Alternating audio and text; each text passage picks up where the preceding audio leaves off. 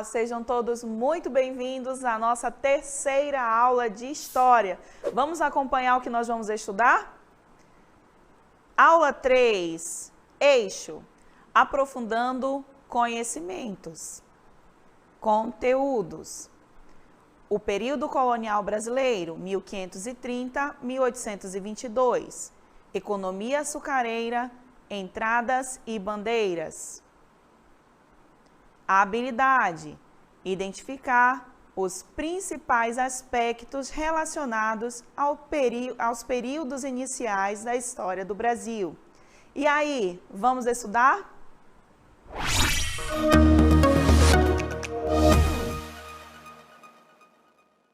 Você já tomou café hoje? Ou um suco, ou um pudim, uma receita de bolo? Imagina todas essas delícias sem açúcar. Será que elas iam ficar tão gostosas como elas são? Ah, eu acho que não, né? Para a gente entender por que essa delícia faz parte da nossa cultura brasileira, por que ela está incluída em tantas receitas maravilhosas, a gente vai aprender hoje como foi que esse produto passou a fazer parte da nossa rotina diária aqui no nosso país. Acompanhe aí comigo. Período colonial brasileiro, 1530-1822. Em meados do século XVI, a coroa portuguesa resolveu colonizar o Brasil. E, para fixar o homem na terra e obter lucro, deu início ao processo de cultivo de cana-de-açúcar no Nordeste do Brasil. O principal objetivo de Portugal era colonizar o território brasileiro, principalmente a faixa litorânea, aquela de praia, em contato com o oceano, para evitar o ataque de outros países. A região nordestina foi escolhida pois seu solo e clima eram favoráveis ao cultivo de cana-de-açúcar. Vem aqui comigo. Será que a cana-de-açúcar é um conteúdo antigo? É uma coisa que a gente não fala mais, que não faz parte mais do cotidiano de cada um de nós? Vamos assistir a um vídeo que vai explicar que essa riqueza ainda é explorada no nosso território. Acompanhe aí. A energia verde e amarela. A cana-de-açúcar faz parte do passado, do presente e principalmente do futuro do Brasil. Afinal, a indústria sucroalcooleira do nosso país é uma das mais produtivas, inovadoras e avançadas do mundo.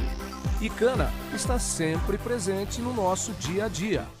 O etanol movimenta nossos carros, ônibus, tratores e até aviões.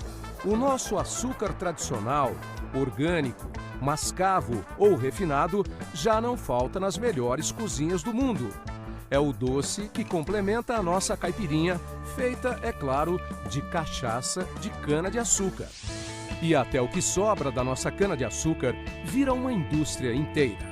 O bagaço é ração para animais, é energia elétrica para a usina, é vaso para plantas, é fibra para a produção de papel, de painéis de madeira, de cimento e até de asfalto. E quando a gente acha que não pode mais se surpreender, vem a inovação com jeitinho brasileiro e transforma a cana em plástico verde, que já está sendo usado em embalagens de cosméticos, shampoos e em breve deve ser adotado também para a produção de interiores de automóveis, de preferência movidos a etanol feito da nossa cana-de-açúcar, é claro. Somos inovadores, somos criativos, somos ecológicos, somos do campo, somos da cana, somos agro. E aí, você percebeu que o açúcar ainda é uma riqueza utilizada em dias atuais? Pois é, mas como foi que isso começou aqui no nosso país? Nós vamos aprender agora sobre a economia açucareira. Acompanhe aqui comigo. A economia açucareira, ela tinha alguns propósitos. Portugal tinha o plano de povoar o Brasil. Comercializar o pau-brasil não promovia esse povoamento. A cana-de-açúcar tornou-se essa atividade colonizadora. Mas por que a cana-de-açúcar? A cana já era cultivada nas Ilhas da Madeira pelos lusitanos, solo e clima aqui no Brasil eram favoráveis, o preço lá no mercado europeu era muito valorizado, a abundância de terras para a agricultura incentivou os colonos a virem para o Brasil. Nessa unidade de produção, que nós vamos chamar de engenho, funcionava o que nós vamos conhecer como sistema plantation. E o que era, professora Carla, o sistema plantation? 4 coisas. Era latifúndio, terras muito grandes, não era uma fazenda, não era um sítio, era muito grande. Monocultura. Por que a monocultura, professora Carla? Porque era um tipo de plantação, a cana-de-açúcar. Então, toda essa imensidão de terra com plantações de cana-de-açúcar. Mão de obra escravizada. É aí que entra a figura negra na história do nosso país, esse povo tão maravilhoso que trouxe tantas contribuições para nós. E, por fim, esse sistema plantation tinha um único objetivo também, que era pegar toda essa produção e enviar para os mercados europeus. Vem conhecer comigo o engenho, que era esse local onde a produção de açúcar era feita. Acompanha aí comigo. Nós temos a Casa Grande. Essa que você vê, o nome dela é grande porque ela era imensa mesmo, onde morava o senhor do engenho, morava seus filhos, seus familiares. Atrás da casa temos a senzala, que era a moradia dos negros escravizados. E nós temos também as áreas de plantações, que nós vamos chamar de canaviais. Então, o engenho compreendia toda essa região para que o sistema plantation estivesse em execução. Porém, naquele século aconteceu um detalhe. O açúcar começou a perder valor. Olha esse ambiente aqui, gente. Ai, eu tô até com medo. Nossa! O que aconteceu, né? O açúcar começou a não ter mais tanto valor. O açúcar brasileiro ganhou muitos concorrentes na Europa. E isso fez com que os portugueses tentassem uma outra alternativa para ter lucro na terra. Só que desbravar esse lugar não era uma tarefa fácil. O que eu estou precisando aqui para comer? Muita coisa, né? Tem fruto que eu não conheço, tem animais que eu não sei nem de que tamanho são. E outra, aqui eu estou sem ferramentas, sem nenhum tipo de proteção. Então eram necessárias pessoas corajosas para adentrar esse território e conseguir descobrir outras alternativas lucrativas para o sistema de colonização portuguesa aqui na nossa região, no nosso país. Acompanha comigo aí na tela quem foram esses corajosos. Vamos aprender sobre as entradas e bandeiras. No século XVI e parte do século XVII, tudo girava em torno do açúcar, mas por volta de 1650, o açúcar do Brasil ganhou concorrentes e começou a vender menos. O que fazer agora? Era necessário encontrar outras coisas que pudessem trazer riqueza para Portugal e para o Brasil, lógico, né? Mas que produto seria esse?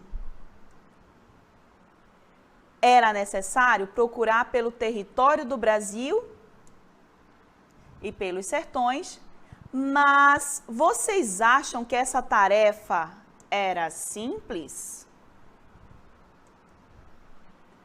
Não, não era simples. Então, foram criadas as expedições que nós vamos conhecer como entradas. As entradas envolviam a organização do governo português na realização de expedições, que buscavam a captura de índios e a verificação de possibilidades de minérios. Era uma excursão oficial, lembra desse detalhe. Vamos chamar de excursão oficial quando é o governo quem está patrocinando. Como ficou conhecida? Entradas. E quando não era o governo, professora Carla? Vamos ter um outro nome para ela.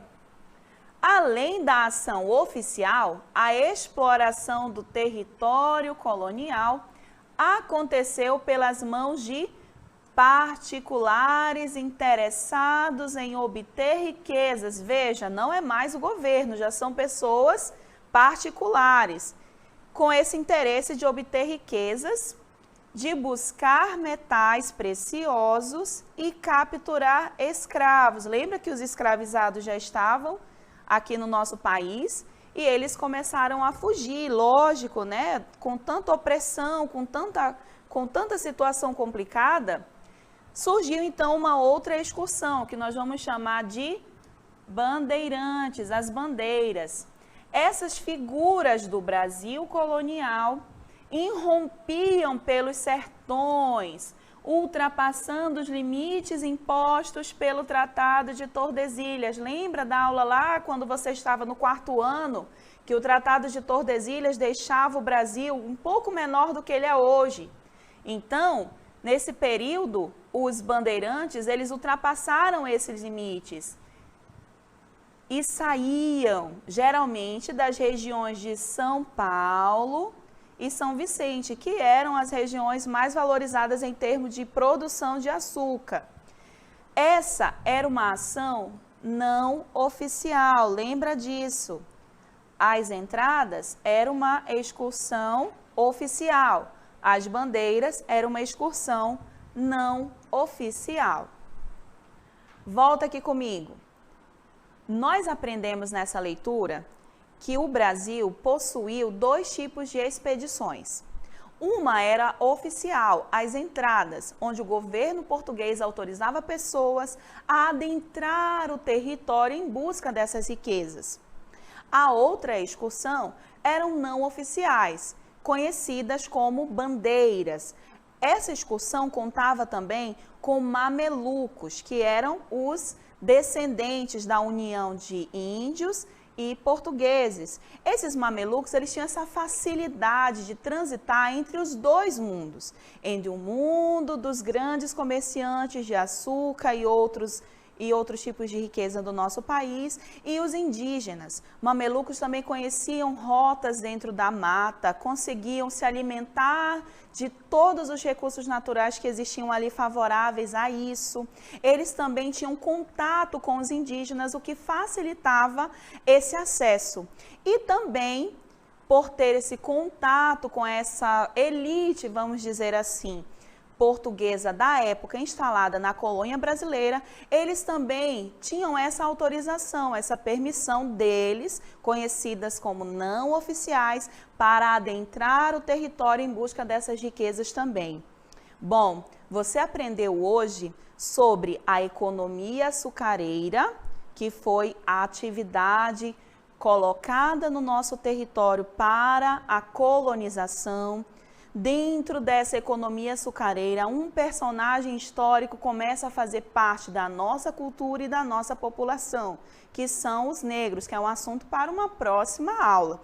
E também você percebeu que essa economia já não gerava o lucro que Portugal queria obter, uma vez que o açúcar brasileiro estava em declínio, que o seu preço estava caindo nos mercados europeus e que Portugal precisava de um outro recurso, que Portugal precisava de uma outra estratégia para continuar obtendo lucros aqui na nossa região, no nosso país Brasil, que eram as entradas e as bandeiras, essas expedições que foram buscar essas riquezas, que foram estudar essas riquezas no nosso território, tá?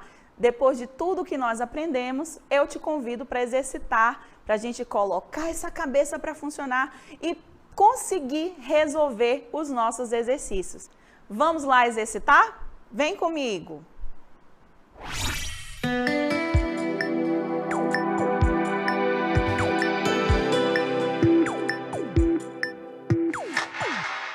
Vamos à leitura da questão número 1.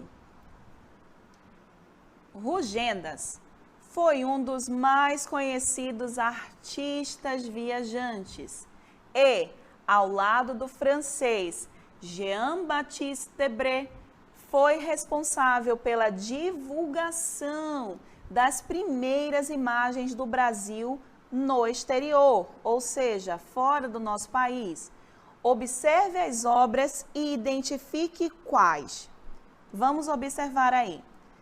Nós temos a primeira imagem, que é guerrilhas. Você percebe aqui indígenas lutando com alguns colonos.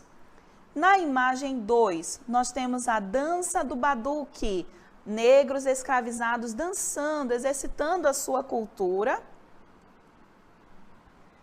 Aqui na terceira, nós temos escravos negros no porão de um navio.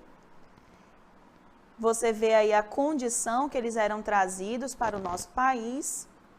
E na imagem 4, você vê encontro dos índios com os viajantes europeus. Você tem aí essas imagens para você avaliar. E como você vai avaliar? Você vai fazer o seguinte, você vai marcar no seu exercitando A, quando essas imagens retratam o cotidiano dos escravizados, e você vai marcar B, quando essas imagens retratam expedições ao interior brasileiro. Então, você vai observar as imagens e vai dizer se ela é A, retratando o cotidiano dos escravizados, ou se ela é B, retratando as expedições que adentraram o interior brasileiro. Questão 2. Essa questão, ela foi utilizada numa prova em 2006, uma prova que aconteceu lá no estado do Rio Grande do Norte para bombeiros. E essa prova tinha essa charge. Vamos acompanhar aí essa charge. Nós temos 2 personagens representando os escravizados e eles estão segurando o Brasil nas costas. E um deles está dizendo: estamos carregando esta colônia nas costas. Com base na interpretação da charge e nos conhecimentos sobre o colonialismo português, que foi o que nós estudamos na aula 1, 2 e 3, no Brasil, pode-se afirmar: letra A gravura se refere à utilização do negro escravizado na lavoura canavieira, visto que os demais setores da economia eram ocupados majoritariamente por homens livres. Letra B. O tráfico de escravos da África para o continente americano possibilitou uma intensa mobilidade na sociedade colonial, o que contradiz a situação que a charge faz menção. Você vai avaliar e vai nos dizer qual dessas duas opções melhor interpreta a charge. Pratica aí um pouquinho.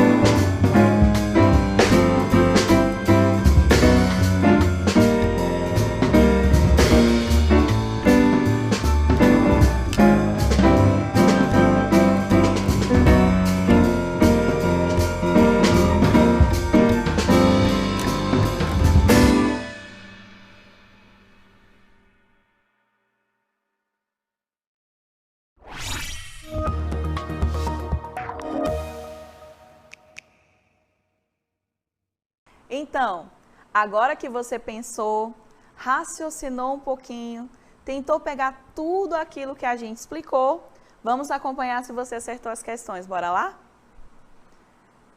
Questão número 1. Rugendas foi um dos mais conhecidos artistas viajantes e, ao lado do francês Jean-Baptiste Depré, foi responsável pela divulgação das primeiras imagens do Brasil no exterior. Observe as obras e identifique quais. Quais dessas obras nós vamos chamar de A, quando ela for relacionada ao cotidiano dos escravizados, e B, quando ela for relacionada às expedições ao interior brasileiro. Vamos conferir se você acertou? Olha aí. Muito bem. Tenho certeza que você acertou. Olha a primeira imagem. Olha a segunda. Olha a terceira. Olha a quarta. Verifique. Letra A, para aquelas que representavam o cotidiano dos escravizados. Letra B, para aquelas que representavam o cotidiano das expedições do interior do Brasil. Fizemos a leitura também da questão 2. Analisamos a charge, verificamos que ela tem 2 personagens escravizados carregando o Brasil nas costas e um deles está dizendo: estamos carregando esta colônia nas costas. O que essa charge quer dizer, né? Vamos lá. Com base na interpretação da charge, nos conhecimentos sobre o colonialismo português no Brasil, pode-se afirmar: letra A gravura se refere à utilização do negro escravizado na lavoura canavieira, visto que os demais setores da economia eram ocupadas majoritariamente por homens livres. Lembra que você acompanhou conosco que na economia açucareira o negro ele era a mão de obra do sistema plantation? Então é isso que essa questão está pedindo para você avaliar. Vamos ver aí a letra B. O tráfico de escravos da África para o continente americano possibilitou uma intensa mobilidade na sociedade colonial, o que contradiz a situação que a charge faz menção. Será mesmo que a charge está contradizendo essa situação? Pensamos que não. Vamos conferir qual é a resposta certa? Olha aí, é a letra A. A gravura está se referindo justamente à utilização desse trabalho nas lavouras canavieiras. E os demais setores eram ocupados por homens livres. Bem, agora eu te convido para um pequeno resumo de tudo que aprendemos na aula de hoje. Vamos lá?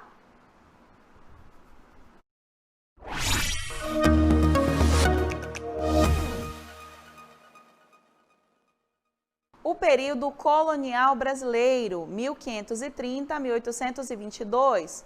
Nós aprendemos que a economia açucareira, ela gerou em torno desse ambiente que você vê aí na sua tela, que era um engenho, formado pela Casa Grande, pela senzala, pelos canaviais, que dentro desse ambiente funcionava o sistema plantation, que era o sistema que envolvia grandes latifúndios, que eram enormes faixas de terra ocupada por canaviais. Nós também sabemos que foi utilizada a monocultura, justamente porque a monocultura era a produção de um único produto, no caso, a cana-de-açúcar, como você vê aqui.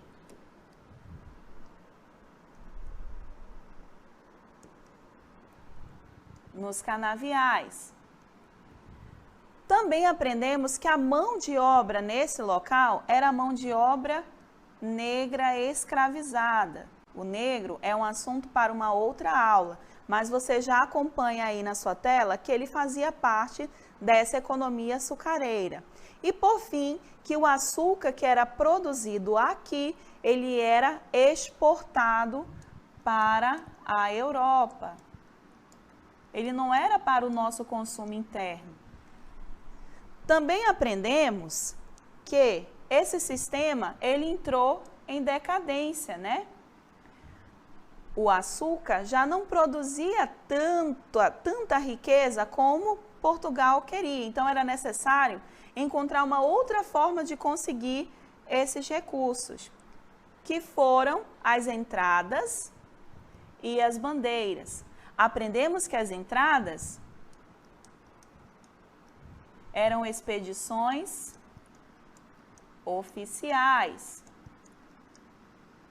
E aprendemos que as bandeiras eram expedições não oficiais e que elas tinham um propósito. Qual era o propósito?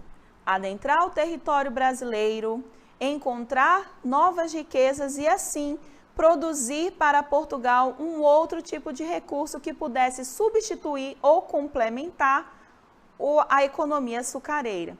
Agora, eu te convido para as nossas considerações finais.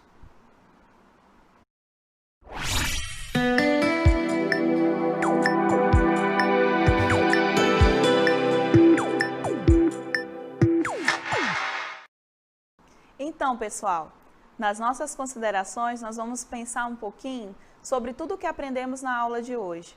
Nós aprendemos que passou a fazer parte do nosso país 2 tipos de trabalho. O primeiro trabalho foi o trabalho do negro escravizado, que veio para cá. Esse trabalho trouxe para o nosso país uma cara nova, um jeito diferente de encarar as coisas. Aprendemos com os negros escravizados que é importante lutar pelos nossos direitos e defender a nossa cultura, que é um assunto que você vai ver na próxima aula.